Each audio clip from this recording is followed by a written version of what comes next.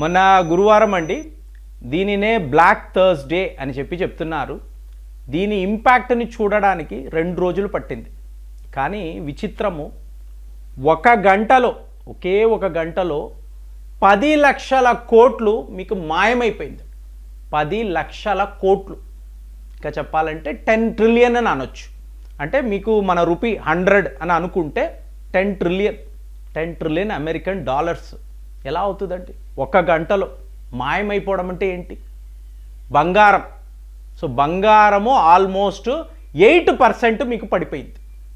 Silver 15% downfall. So అనుకోవచ్చు కదా, rupee value పడిపోయింది, బంగారం పడిపోయింది, సిల్వర్ పడిపోయింది, ఏంటండి ఇది? అయ్యో మేము కొన్నాము కదా. ఇదంతా ఒట్టి బోగస్ అండి. ఒక అతిపెద్ద స్కామ్లో భాగం. గుర్తుపెట్టుకోండి, అమెరికా వాడు ఆడుతున్న నాటకములో అమెరికా వాడు కాదు, చైనా వాడిని కూడా కలుపుకోవాలి. ఇక్కడ ఏమవుతుందంటే సిల్వర్ అనేది మనము ఒక షాప్లోకి వెళ్ళి నేను కొనం కదండి. ఇప్పుడు వెండి ఆభరణాలు మనం కొనం, బంగారు ఆభరణాలే కొంటాం. మరి సిల్వర్ని ఏం చేస్తామండి? ఇవాళ మనం ఎలక్ట్రిక్ వెహికల్స్లో, సోలార్ ప్యానల్స్లో, సెమీ కండక్టర్స్లో ఈ సిల్వర్ని వాడుతున్నాం. చైనా వాడు ఏం చేస్తాడో చెప్పమంటారా? చవక ధరకు సిల్వర్ దొరికినప్పుడు కుప్పలు తెప్పలుగా కొని తన గొడవంలో దాచుకుంటాడు. దాచుకున్న తరువాత మీకు ఇప్పుడు థర్స్డే ఒక క్రైసిస్ వచ్చింది. ఈ క్రైసిస్ ఒక స్కామ్ అని ఎందుకు చెప్తున్నాను చెప్పమంటారా? లండన్ మెటల్ ఎక్స్చేంజ్ అని అంటారు. లండన్ మెటల్ ఎక్స్చేంజ్ వీళ్ళే ఈ బంగారము సిల్వర్ని హ్యాండిల్ చేసేవాడు. ప్రపంచంలో ద బిగ్గెస్ట్ ఒక సంస్థ అన్నమాట. ఈ లండన్ మెటల్ ఎక్స్చేంజ్ వాళ్ళు ఏం చెప్పారు అంటే, మాకు టెక్నికల్ ప్రాబ్లమ్స్ వచ్చేయండి, మేము ఇమీడియట్గా ఇలాగా మా దుకాణాన్ని ఓపెన్ చేయలేము. సరిగ్గా ఇదే టైంలో హెచ్ఎస్బిసి అనబడే ఒక వ్యవస్థ, బ్యాంకింగ్ వ్యవస్థ, సో మాకు కూడా టెక్నికల్ గ్లిచ్ వచ్చింది, మేము కూడా ఇమీడియట్గా మా సిస్టమ్స్ని ఓపెన్ చేయలేము. ఒకేసారి ఎలా జరుగుతుందండి? వీళ్ళిద్దరే ప్రపంచంలో ఈ మెటల్స్ను హ్యాండిల్ చేసేవాళ్ళు. అంటే ఎక్స్చేంజ్, అంటే ఈ కరెన్సీ ఎక్స్చేంజ్ వీళ్ళే చేస్తారు. ఇద్దరు కూడా టెక్నికల్ ప్రాబ్లమ్స్ అని అన్నారు. అక్కడ ఏం జరుగుతుంది? ఏకంగా 10 లక్షల కోట్లు గాయం. వీళ్ళేమో మెల్లిగా అప్పుడు దుకాణాన్ని తెరుస్తున్నారు. మీరేం చేస్తారండి? థర్స్డే అండి, ఇన్వెస్టర్స్, స్టాక్ మార్కెట్ అంతా హ్యాపీ, మంచి మూడ్, చాలా బాగుంది, అద్భుతంగా ఉంది, ఇన్ని అనుకున్నారు.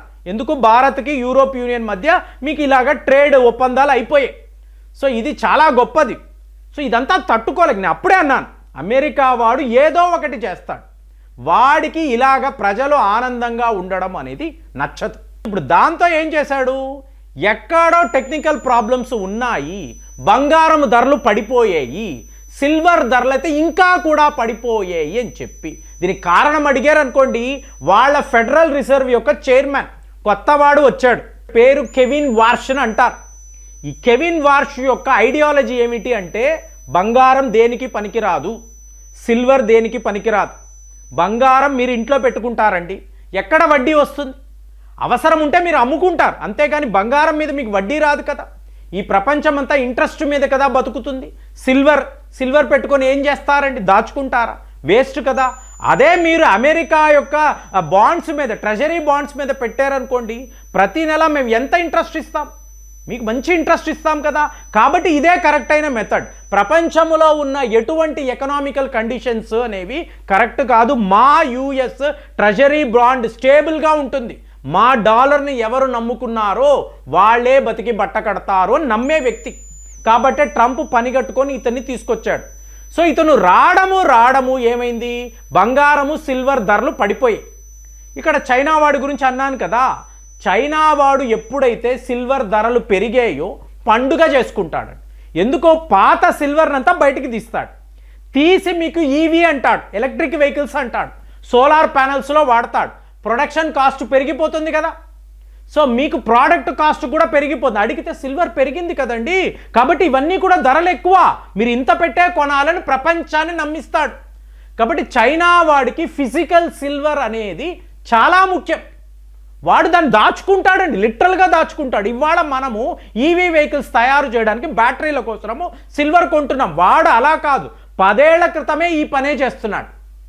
సో ఇప్పుడు అది అమెరికా అన్నారు అనుకోండి, నిజంగా సిల్వరే ఉండదు, పేపర్ సిల్వర్ అండి. సో నువ్వు 2 ఏళ్ల తర్వాత నా దగ్గరికి వస్తే ఇంత సిల్వర్ నీకు ఇస్తాను, ఇదిగో అని ఒక పేపర్లో సిల్వర్ బాండ్ రాసిస్తాడు, బంగారం బాండ్ రాసిస్తాడు. 2 ఏళ్ల తర్వాత వెళ్ళారు, అమెరికా కూలిపోయింది, ఏమండి మేము బంగారం ఇవ్వలేము, మీరు ఏం చేస్తారో చేసుకోండి అని చెప్తాడు. అప్పుడు మీరేం చేస్తారు? అమెరికా అంటేనే ఇలాగండి, సర్టిఫికెట్లు బాండ్లు ఇవే ఉంటాయి. కాబట్టి ఇద్దరిని చూశారనుకోండి, వీళ్లకు గోల్డ్ సిల్వర్, ముఖ్యంగా భారత్ యొక్క రోల్ ఇవాళ యూరోప్ యూనియన్ తక్కిన దేశాలు కూడా కలిసిపోయారు. సో ఇప్పుడు వీళ్లను దెబ్బ కొట్టాలంటే ఒక ప్యానిక్. ఇప్పుడు నాకు 100 కాల్స్ వస్తాయి, ప్రేమ్ గారు మీరు ఏకంగా బంగారము 2 లక్షలు దాటిపోతుందన్నారు, సడన్గా ఇలా కూలిపోయింది ఏంటండి అంటే, వాడు అక్కడ కూర్చొని గంటలో ఈ పని చెయ్యగలడండి. నిజంగా జరుగుతుందా? మీ దగ్గర ఉన్న బంగారము దాని ధరలు అలా పడిపోతాయా? ఏమండి మీరు మార్కెట్లోకి వెళ్తారు, అరటిపళ్ళు కొంటారండి, డజన్ అరటిపళ్ళు మీకు 50 రూపాయలు అంటారు. తరువాత సంవత్సరం వెళ్ళండి, డజన్ అరటిపళ్ళు 40 రూపాయలకి ఇస్తారా ఎవరైనా? 60 రూపాయలు అంటేనే 70 రూపాయలు, అంటే పెరుగుతూనే ఉంటుంది. ఒక్కసారి ఒక స్టాండర్డ్ అన్న ఉంటే, ఆ రేటు స్టాండర్డ్ అయితే దానికి పెరగడమే ఉంటుంది కానీ తగ్గడం ఉండదు. వీళ్ళు ఇలాంటి కుట్రలు పన్ని మీకు ఇలాంటి ఒక పానిక్ సిచ్యువేషన్ని క్రియేట్ చేసి వాళ్ళు టోటల్గా ఇవి కొలాప్స్ అయిపోయి, అంటే అక్కడ లండన్ మెటల్ ఎక్స్చేంజ్ మూతపడిపోయి ఉంది, తెరవడం లేదు, మీరేం చేస్తారు? సో టోటల్గా ఇదంతా కూడా మీకు స్టాక్ మార్కెట్ మీద ఇంపాక్ట్ చేస్తుంది. హెచ్ఎస్బిసి వాళ్ళు ఇవాళ గోల్డ్ ధరలు ప్రకటించలేదు, సో వాళ్ళు ఇలాగ బాండ్స్ ఇష్యూ చేయడం లేదు, ఫిజికల్ గోల్డ్ని సప్లై చేయడం లేదు అంటే ఏమవుతుందండి? ప్రపంచ స్థాయిలో ఇలా 100 బ్యాంకులు ఉంటాయి, 100 మీకు ఫారెక్స్ ఎక్స్చేంజ్లు ఉంటాయి. వీళ్ళందరూ ఇలా కుట్రలు పండ మొదలు పెడితే, అమెరికా చెప్పింది కదా అని చెప్పి లండన్ వాడు ఇలా చేస్తే మీరేం చేయగలరు? కానీ ఇది ఇలాగే ఉంటుందా? ఉండదు కదా, ఇలాగే ఉండదు కదా. కాబట్టి ఖచ్చితంగా మార్పు వస్తుంది. కానీ వీళ్ళు అనుకున్న ప్లాన్ ప్రకారము 10 లక్షల కోట్లను వీళ్ళు మాయం చేయగలిగారు. ఒక పానిక్ సిచ్యువేషన్ని ఎంటైర్ వరల్డ్ మార్కెట్లో క్రియేట్ చేయగలిగారు. లోపల గదిలో కూర్చొని నవ్వుకున్నారు. ఎంతకాలం ఇలా చేయగలరు? వీడు మీ కెవిన్ ఎంతకాలం ఇలా చేయగలడు? ఏదో ఒక రోజు మళ్ళీ మీకు ఫిజికల్ బంగారం వస్తుంది కదా.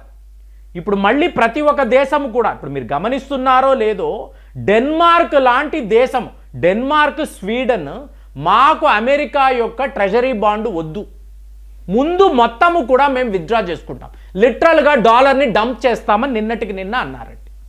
అంటే ఒక నాటో దేశము, యూరోప్లో చాలా ముఖ్యమైన దేశము, ఇప్పుడు వీళ్ళు ఇలాంటి ఒక నిర్ణయం తీసుకున్నారనుకోండి, మీకు యూరోప్ యూనియన్, నాటో దేశాలు వీళ్ళందరూ కూడా అమెరికా యొక్క ఈ ట్రెజరీ బాండ్ డంప్ చేస్తారు కదా, మాకు వద్దునే వద్దు అంటారు. మరి ఇందులోంచి బయటపడాలి అంటే గోల్డ్ పడిపోయింది, సిల్వర్ పడిపోయింది, అలాగే క్రిప్టో కరెన్సీ ఇలా అయిపోయింది, బిట్ కాయిన్స్ పోయాయి. కాబట్టి ఇక అమెరికా డాలరే మీకు శరణము, దీనిని నమ్ముకుంటేనే మీరు బతుకుతారు, లేదా మీరు ఎక్కడికి వెళ్ళి ఇన్వెస్ట్ చేస్తారు అని చెప్పి అమెరికాలో ఇది ఒక స్ట్రాటజీగా వీళ్ళు భావిస్తున్నారు.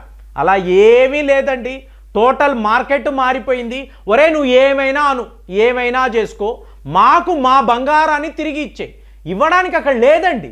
ఇంతమంది వచ్చి ఇప్పుడు ఒక ఫైనాన్స్ కంపెనీలో 10 లక్షలు పెట్టుకొని రొటేషన్ చేస్తున్నాడు, 100 మంది వచ్చి మా 10 లక్షలు తిరిగి ఇచ్చేయంటే ఇవ్వగలడా? ఇవ్వలేడు కదా, ఇవ్వలేడు కదండి. అది ఇవాళ అమెరికా పరిస్థితి. కాబట్టి అందులో నుంచి బయటపడడానికి బంగారం ధర పడిపోయింది, సిల్వర్ ధర పడిపోయింది, ఇలాంటి నాటకాలు. ఇది ఇలాగే ఉండదండి, ఖచ్చితంగా ఇలా ఉండదు. మన ఆర్బీఐ ఎందుకు దీన్ని అలో చేస్తుందో దానికి కూడా ఇది ఒక ముఖ్యమైన కారణము. అలా చూసినప్పుడు మీరు గంట సేపటిలో 10 లక్షల కోట్లను అలా మాయము చేయగలిగారంటే ఈ మాయా ప్రపంచము ఎంత ప్రమాదమో ఒక్కసారి ఆలోచించండి. ఆలోచించి కామెంట్స్లో రాయండి. మళ్ళీ వచ్చే వీడియోలో కలుద్దాం. జై హింద్.